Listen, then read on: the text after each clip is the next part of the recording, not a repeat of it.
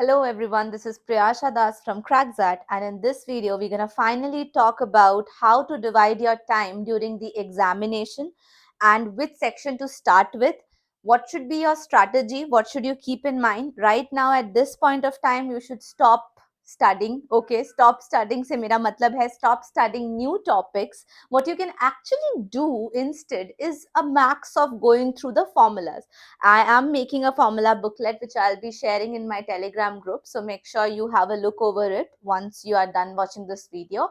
So I want to literally tell you people about the real strategy behind dividing the time slots. Now, when it comes to, not having any sectional time, this can be considered as a benefit as well as one problem. The problem is that you have to do the decision making yourself.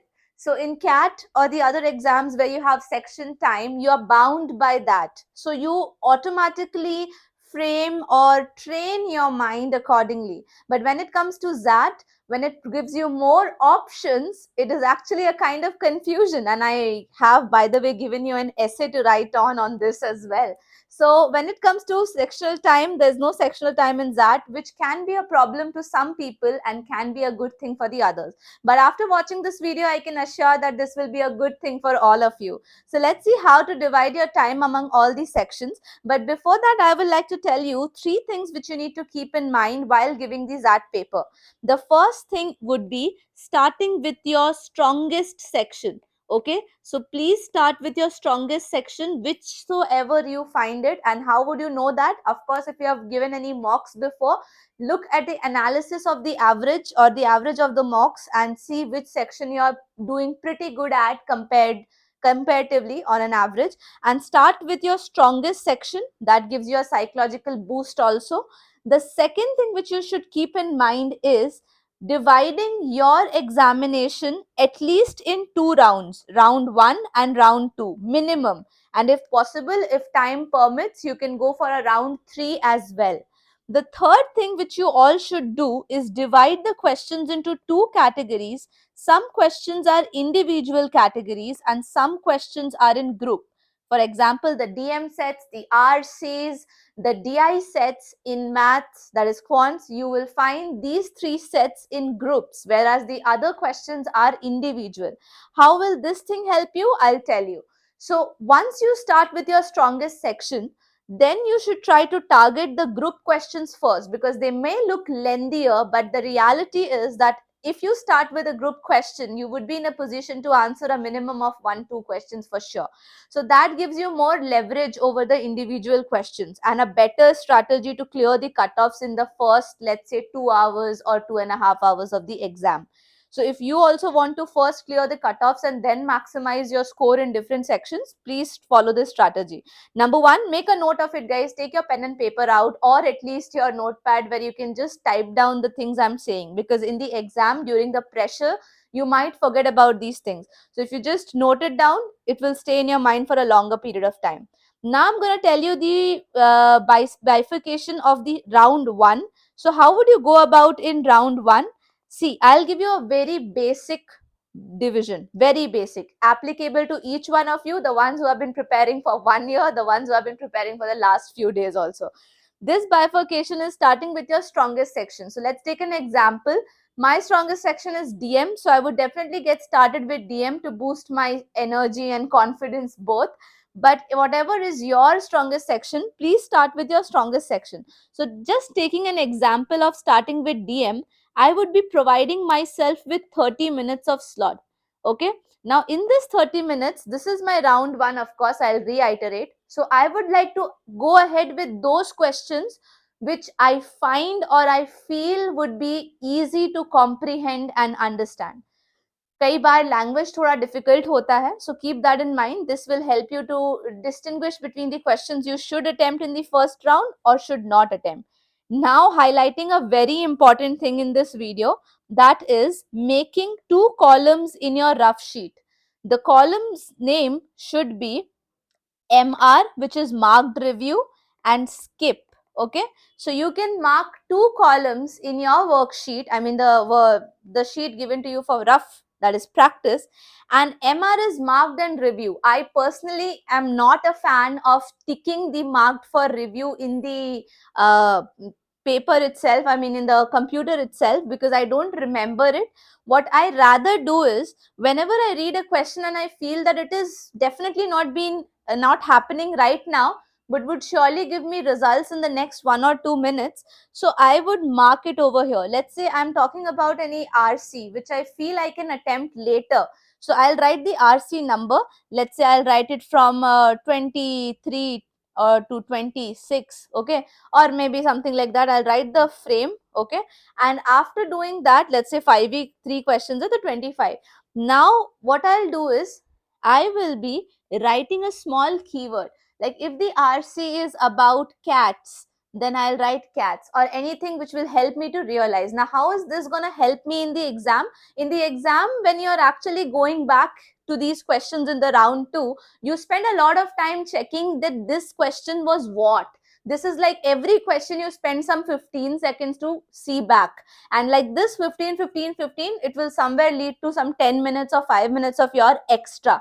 So you can actually save this time also if you write the things like this, okay. So this is going to be a great time saver for all of you. And if there is a question which I come across which I know I have not practiced at all, let's say I have not done trigonometry altogether, I have no idea and no clue, so it's always better to skip that in the exam. So I'll clearly write a 67 over here. I know I won't be able to do it at any point of time. So I know that even if I am going back to my questions, मैं घूम के 67 को वापस नहीं देखूंगी. I will not look at it forever. Okay. So that's why this column will help you a lot, okay, to revisit, and that will be for your round 2. This is one thing which you should do. So in 30 minutes, as many questions as I can do in the DM sets, I will do that. I'll then move on to my group based questions. So group based questions can be RCs or DI, whatever you are second good at, okay. So you can go for RC or you can go for DIs. Now I have a small check over here as well. Now, if you have a decision to take between verbal and quant, and if you feel that quant is something which is terrifying you, please take that second. So after doing your strongest section, take your weakest section and then go for your moderate section in the third. Okay, so let's say I will take my RCs. I'll say that I'll weaken RCs. I don't understand what happens in RCs. So I'll first take RCs then, and then give it some 30 minutes and see how many questions I can do in those 30 minutes. Okay, as many RCs I can hit. Okay, like that I'll move down to the next individual or group. Why? Because I told start with group. So then I'll go to DI sets, as many sets as I can crack in 30 minutes. So like this, I have divided myself, only created walls of 30 minutes each. The moment I see the clock strikes the next 30 minutes interval, I'll stop at that moment. Maximum to maximum, you should give yourself a stretch of 5 to 6 minutes, but not more than that, in case you're just stuck between the calculations. Now coming to the fourth part, after you're done with these group questions, come down to the individual questions of QA or VA, whatever you're comfortable in going for next. For example, I was comfortable in QA, so I went for QA next, and I gave myself another 13-minute slot to do some individual questions around 10 or 15, whatever you are convenient, how many you can do. Okay, always remember, when you are just one day before the examination, you are not going to learn anything new. So at that point of time, skipping is generally better.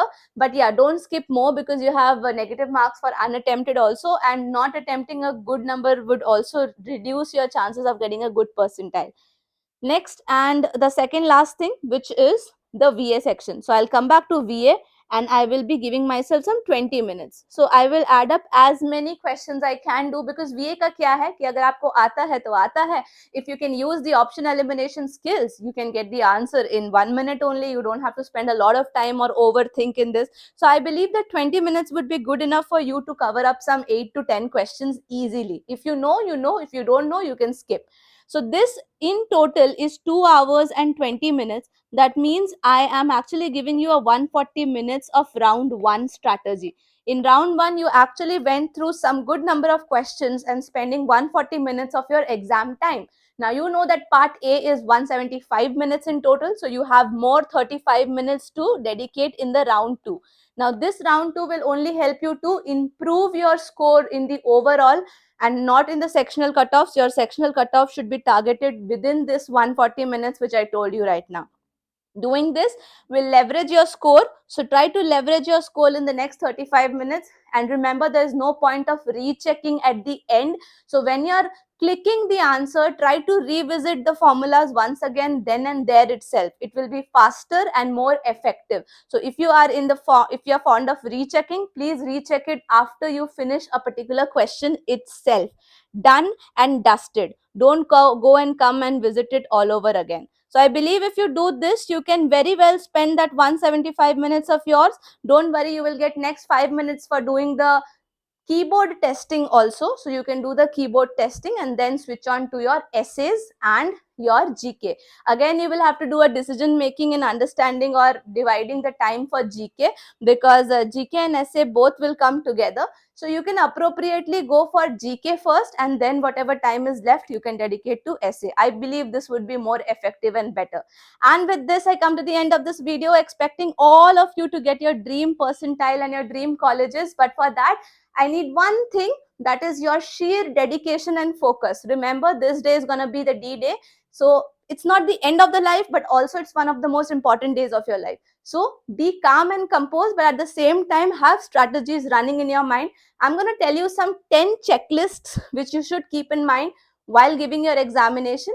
So I'll release a video pretty soon. But before that, I request all of you to please like the video if you liked any bit or any part of it, and share it with more and more friends. Most importantly, subscribe to my channel if you haven't done that yet. Comment below and let me know how you went through, how was this video altogether. And I'll see you in the next one, guys. Take care. Thank you so much. And all the very best.